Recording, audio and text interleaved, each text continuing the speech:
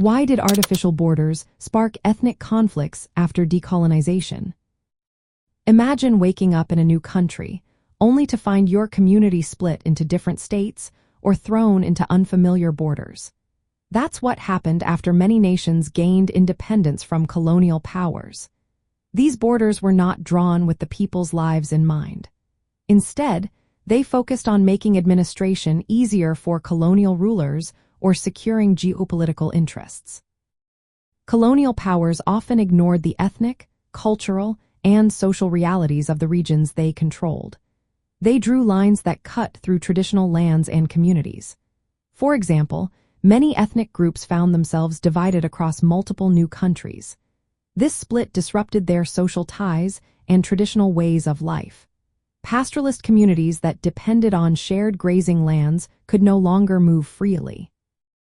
This limited access to resources and created new tensions among groups that had previously coexisted peacefully.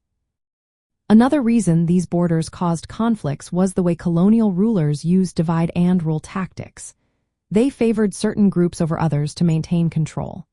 This favoritism created resentment and deepened ethnic rivalries. When countries became independent, political leaders often exploited these divisions to gain power. They mobilized ethnic identities to rally support, which made conflicts worse. The borders also made governance difficult.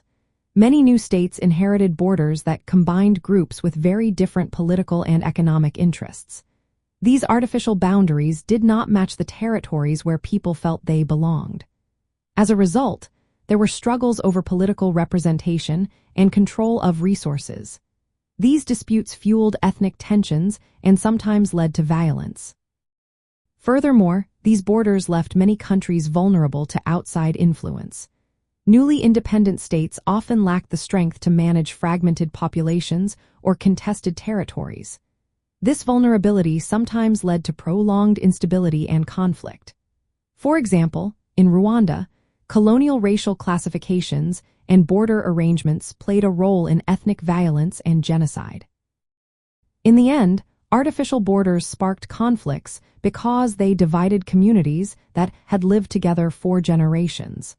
They created political structures that lacked legitimacy in the eyes of local people.